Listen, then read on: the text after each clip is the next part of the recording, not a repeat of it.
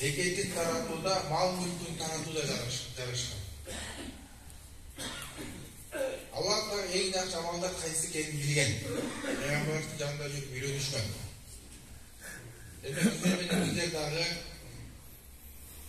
Аллах береседе, мамиледе эмне кылганыбыз жакшы экен, көбүрөөк берешет болгонубуз жакшы экен. Алла үчүн деп таратып берип турсак, Аллах Таала өтө көп жагымдуу иш ушул экен. Кол факих рахимахуллах, факих Абдулlah ibn Attan'ın mындай деп айтып жаткан уктум дейт. Кана сабитул банани инда Анас ibn Malik радиаллаху таала анхума. Сабитул Бунани рахматуллахи алейх шундай деген аттуу табии киши Анас бин Малик радиаллаху таала анхунун астында отуруп калып, ошол жерде отурганда Анас бин Малик пайгамбарыбыз саллаллаху алейхи ва салламдын мындай деп айткан сөздү эстеп айтып берди дейт. Inna Allah azza wa jalla qad damina dayna al-abdi iza istadana fi salasatin. Hakikat Allah Taala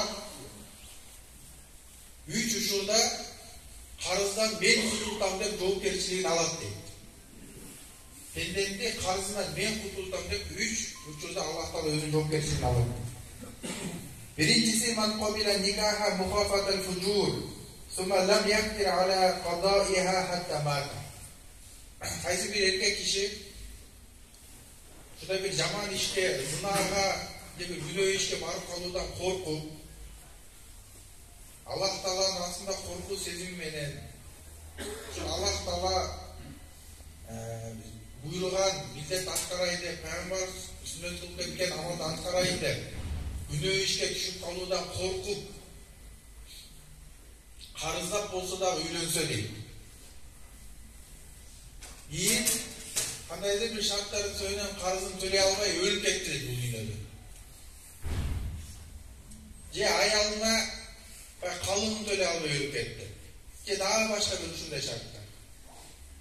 Biro üylöngön niyetli koy jakşı mekbarada düylönü olayın dep karız algan emes. Koy el aytыбата düylönü olayın dep karız akça algan emes. Günögö düşüp kalууdan korkup koy şu günögө barıp kıyamatta akbalım оор болуп калбасын, үйлөнөйүн ушундан көрөк деп карыз алып, үйлөнүп, карызы бербеушүлүгүн өткөрсөң болсо, Аллах субхана таала айтат, ушунун карызын кыямат күнү мен кутултуп берем дейт. Муну урматтуу жамаат эмиздер менен бизер туура түшүнүшүбүз керек. Пайгамбар саллаллаху алейхи ва саллям хадисте айтат, кайсы бир адам карызга акча алса, алып атканда берем деген ниети болсо, Аллах Таала сөз кутултат экен. Алдындар айтат, карыз акча албагыла дейт. Бирок карыз акча алсаңар, ушу такыр айра жок, шарт ушуга барып калгандан кийин ниетиңе ушу биринчи мүмкүнчүлүгү менен кайра кайтарып берем деген ниетти гана алгыла дейт. Ошондой ниет менен алсаң, өлгөнгө чейин Аллах Таала бул карыздан кутултат, сөз алымдарыбыз айтат. Баардыгыбыз урматтуу жамаат эми турмуш болот, жашоо ар кандай үйлөтөмөн, баягы арыз алганга туура келет, ар кандай мамиле болот. Бирок ошонун баардыгында эмне кылыш керек? Карыз акчалап атканда ниетибизди кайра берем деген ниетти алып. Ала берейинчи кийин көрөм да. Эми дагы бир нерсе кылармын. Эми дагы кийин сүйлөшөрмүн деген жок, андай ниет болбойт. Айра жок болуп калды, алганга туура келди, алыңыз, бирок ниетиңиз берем деген ниет болсун.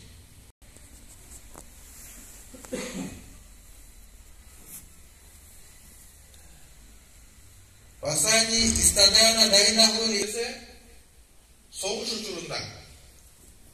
Ошол askerinde kural жарагы жок, кийими жок, кыйналып турган учурда ушул мен аскериме жардам берейин деп карыз алып туруп берсе дагы, Аллах Таала кыямат күнү дагы анын карызынан өзүн кутулдан деп кепилчилигин алып турат. Vasani үчүсү жакын туугандардан, жалгыз туугандардан, жок ошолордон бири өйдө өтүп кетти. Ошону кепилдегенге, акыркы сапарга узатканга эчтеке тыйын акча табылбай калды. Ошону дагы Аллах субхана таала хадис кылып айтып атат, кайсы бир адам ошол карызга алып, ошол бендени акыркы сапарга узаткан болсо, узатып бул анамына деп карыз бербеуүнөн өткөрсө, кыямат күнү ошо менин бул иште мен акчам бар деп бергенде, талаш бергендердин баардыгынын акчасын мен төлөп кутултуп берем деп Аллах Таала өзүнүн жоопкерчилигин алып жатат. Караңыздар жамаат бизде шариятыбызда алымдарыбыз негизи карыз алганды көп жакшы амалдуу. Бирок айла жоктон карыз алсаң, сөзсүз төлөм деген ниетти алса Аллах Таала кутултат. Бирок ушул 3 учурда башка учурда карыз акча алган болсок, анда бул кыямат күнү бул өтө чоң проблемага айланат. Бул дүйнөдө 1000 сомго өткөп бербей кетсеңиз, кыяматта миллиард сом берсеңиз да ал жерде Алла өтпөйт ал жерде. Кыямат күнү Пайгамбар саллаллаху алейхи ва саллям айтат, кыямат күнү адамдан акыс талаш берет дейт. Бул мен баланча кылган, менден баланчаны алган берген эмес деп.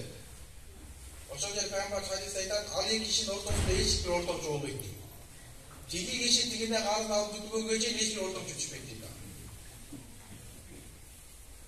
Элестетиңиз, бир адам эле сизден эчтекеңизди калтырбай кыяматта суруп кетет. Канча адам менен карыз болуп бул дүйнөдөн өтүп кетсеңиз, анын проблемасы канча? Bir adam böyle bu dünyada kalb olup görse, kıyamet günü al, hiç de gözüsünde kaldırıp büt surup eder. Büt soğuktuğuma kalk eder. Anda nekten kurtulsa, hiç adam verir. Bu da birine kalız eder. Biz aytamız, Allah beni hiç de görüp kalkan çok, büt soğuktuğuma kalk eder. Anda teki aytat, anda beni günü ömrüsün alsın deydi. Allah da aytamız, beni orta koçup öyleydi al derler. Özüne çekişi alırdı, orta koçup öyleydi. Ошондуктан урматтуу жамаат, баардыгыбыз мына ушундай коомдо жашап атабызда аласа бересе, базар, соода ар кандай болуп атат, сөзсүз тактык болсун. Кимден канча эмне алдык, сөзсүз алып барып берели кайра. Акчабы, буюмбу, продукту айырмасы, канча алдык ошону кайра кайтарып берели. Кыяматтан коркойлу. Аллах Таала кыямат күнү жөнүндө айтат. Аузу биллахи минаш шайтанир раджим. Yawma yafiru al-mar'u min akhihi wa ummihi wa abihi wa sahibatihi wa banihi.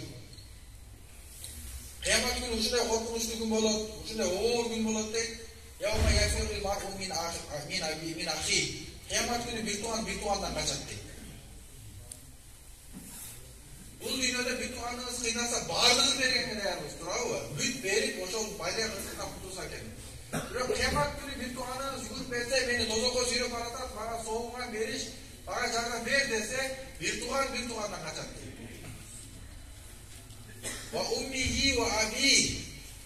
Oşol kıyamet günü, oşol kişi atasından da kaçat, apasından da kaçat deyip. Sizler benim bizde hazır bu dünyada atın özke bağırını vergene değermiz ka? Ölüp da vergene değermiz. Bırak kıyamet günü Allah Teala aytat, aldığına tozoklu sürüp vergenden giyin.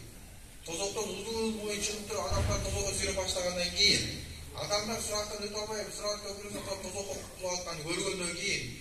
Tozoktun ulu azamın görgönden giyin, adam niye deyip, bir tuğandan kaçat deyip.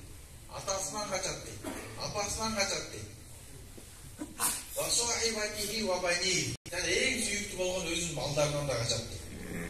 Meyli siz bu dünyada bir tuğanınızga meres boluşunuz mümkün.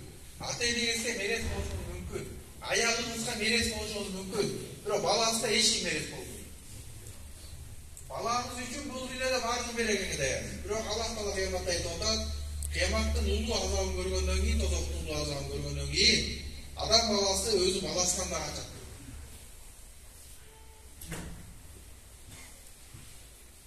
Allah Subhanahu wa Taala kıyamat günü adam balası egzaminden tada ötüp beyişte girip özünün arazıcılığını tavuş üçün urmatlı zaman. Bu dindi bergen bana. İçinde hükümlörlü bergen adam balası kayıp taşış gerek. Alansa verese kayıp boş gerek.